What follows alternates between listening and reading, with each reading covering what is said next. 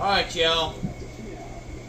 We have a head start on a taco cooking. I want to give you a little bit of an update. I'm going to bring you up to speed where we are right now. Okay. First thing we did, chopped up an onion.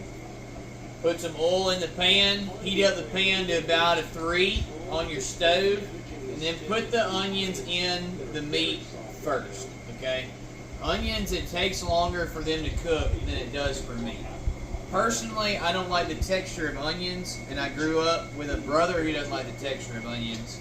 So I like to try to hide them in my food. So I'm going to start off, if I have peppers in there, I'll cook that first as well. Alright? So we put the oil in there, then put the onions. Onions don't have a natural fat or lubricant, so you're going to have to put oil in there to start. Alright? A little bit about the seasoning that we're using. So it's pretty simple. You probably already have this stuff besides maybe the taco seasoning. Pepper, salt, a little bit of Creole seasoning, whatever kind you think, and taco seasoning. So basically you're going to add as much taco seasoning or more as all of these three combined. I'm going to put a little bit of salt, a little bit of pepper, a little bit of Creole, and then I'm going to coat the whole top of it in taco seasoning. Okay? That's after I have softened the onions and I put the beef in the pan. That's when I put all my seasoning on. Okay? Now, I have, like I say, I don't really do measurements. I know that's difficult to some people. You want to be very mechanical and how you do things, but that is not the way I do things. When I say a little bit of salt, I'm probably saying less than a teaspoon, a sprinkle on the top. The pepper, you can go a little bit harder because the rest of the stuff doesn't really have pepper, and then depending on how hot you like it, okay? But you don't want, this taco seasoning has a lot of that stuff already in it, so you don't want to make that stuff too strong, okay? Now, you got a little bit more, you got to stir those onions a lot when you put them on at first, especially if you don't have a lot of oil in the pan. But with the ground beef, you got a little bit more forgiveness with the ground beef, because when the beef cooks, it releases fat, which means that it's less likely to burn anything that you have in the pan. Okay. So now I've sat on my couch. I figured out I was going to make a YouTube video, and I cleaned up my sink, all while this beef has been sitting here. Okay, it's almost cooked all the way through. Now I'm going to stir it up a little bit. One thing I did about right when I put that beef on is I turned my oven on. Okay. Now for some reason, I don't know if the taco shells have changed. I don't know if I've changed, but something has happened to me twice that has never happened to me, okay? I'm getting the old El Paso taco shells. The ones that are standing stuff is the ones I prefer, but today I don't have those. But the last 2 times I've put those in the oven, the way that I usually do it, they folded up. Meaning that the top of it became so narrow that I could not actually add meat to the top of it. Okay. Now, this oven is very nearly preheated. The way that I have been doing it, which it did not work yesterday, is I would take my taco shells, I got a lot of racks here, and I would do it like this, okay? But those taco shells have been shrinking whenever I do that, okay? So we're going to have to find something else to do with them. I'm gonna probably just stick it on there like this. Alright?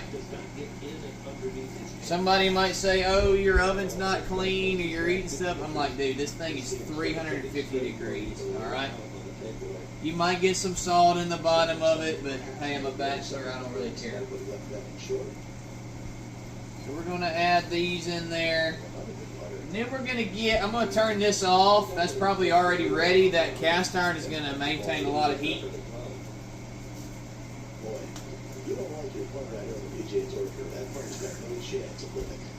I feel like Bill Robertson. He made those cooking videos. He'd be like, ladies, don't worry about the measurement. Alright?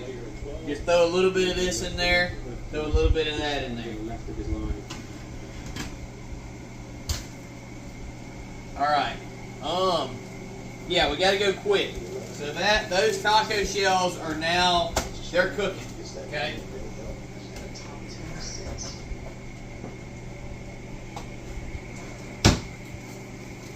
We're gonna get, I'm measuring this, okay? There's my tortilla. I'm double that. I'm double the tortilla. I gotta fold it over the top of them, okay? This is the way I was shown to do it the other day.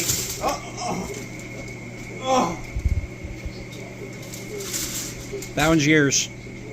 There's no place that you can go that you cannot be saved. All right, Lily. We've landed on the floor. My life was in the pit. Come on, Lily. Eat it up, girl. Oh no. All right. So what we're gonna do? Get a little bit of Pam so it doesn't stick. Right on now, Plop that in there. You don't want them drying out. That's why you do the tin foil. I'm gonna fold it up a little bit. Try not to let any air get in there.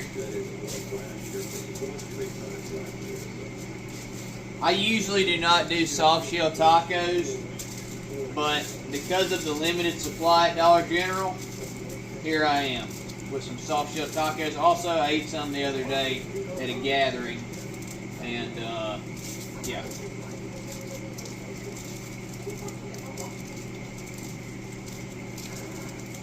Alright, now, do it quick so that those don't get ready before those. Catch you in a minute.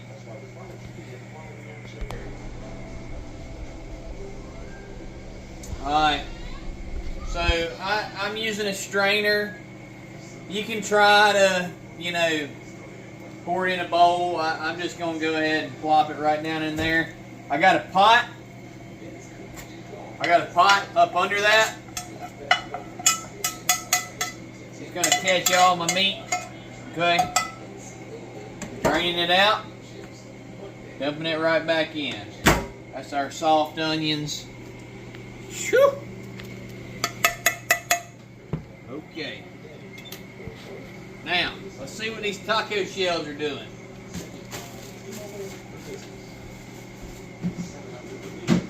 You clean up a little bit as you go. You don't have a whole mess sitting there and you got to clean up everything at the end, okay? A little bit at a time, and the cleanup at the end is not so bad, okay? Let's get something to put these tacos on, or these shells on. Making the video, we'll go to the last plate. I'll spare y'all my Dollar General china. Okay, we're bordering here. We're bordering. If you're good like me, you can grab these with your bare hands.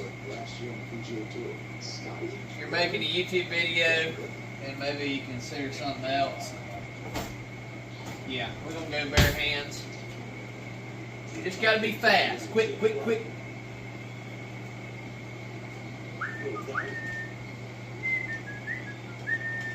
Woo! Alright. That's about as crispy as I want them right there. These ones down here, they don't take long.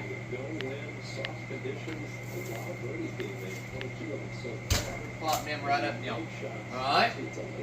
Now, tacos requires a lot.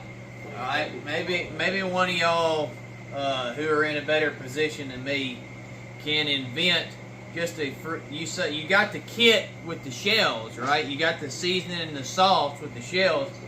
Why can't they make a taco kit in the refrigeration section? Alright, you got sour cream, lettuce, tomato. I don't want to have to go to every corner of the grocery store to get all this stuff, but with tacos is what it requires. Alright? I got to get sour cream, I got to get some kind of red sauce, some taco sauce, yada yada. Let me just show you.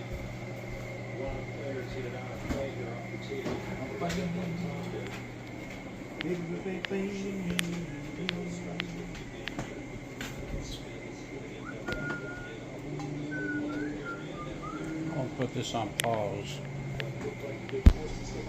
Alright, so I did not take the time to go get lettuce and tomatoes.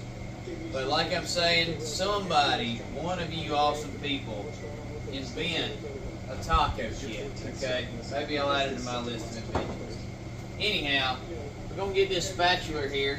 This is why I like to stand this stuff, because you can just set it on your plate and stuff it. But this is not so. It's not that way. We're just going to dump some of that in there. Dump some of that in there. Alright, you get the gist.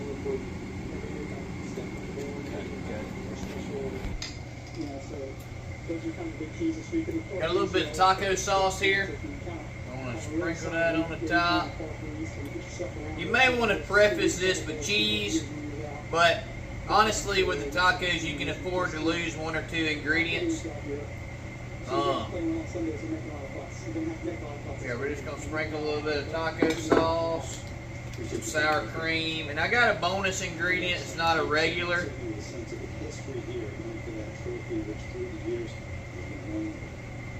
Now, there's one thing about these ingredients. Maybe somebody can come up with a solution in the comments. But these are cold ingredients. Alright? So, in all honesty, we might be making this taco cold before we're putting it on there. Might need to just put it on there blazing hot. I'm not an expert in this. Okay? I can make some pretty good tacos, but I'm not an expert. And what I mean by that is that what I say does not necessarily apply to you. You can take this recipe and you say, you know what? I added a dash of salt, but I think it requires 2 dashes of salt or 2 dashes of pepper. And basically, what I'm trying to push to you is that as long as you're honest with yourself and with your peers, then you can be a good cook. But I mean, you're never going to get any better if you're sitting there eating something and lying to yourself, or if somebody close to you is lying to you. So, yeah, the one rule is just be honest about it. Now, we got something extra. This is something that I just picked up. I live literally a rock's throw, or no, I say a golf ball shot from Dollar General. This is pretty good. It does kind of taste like guacamole. It does kind of have a salsa essence to it. And I added it to some tacos last night. So we're going to add some of that on there. We're going to try not to drench our tacos.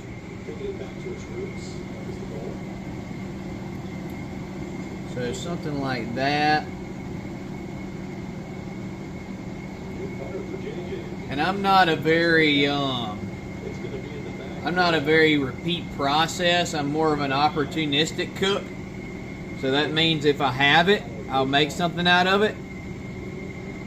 Not necessarily going to make a trip to the big store. Like they might only have it at Dollar General, which is close by. I'm probably not going to make the exact ingredients every time, but the basics are the same. especially that meat seasoning is going to be the same.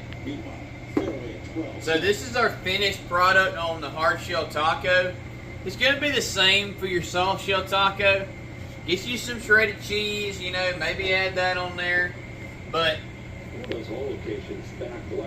yeah, it's just something I wanted to share. Adios. Ding, ding, ding, ding, ding.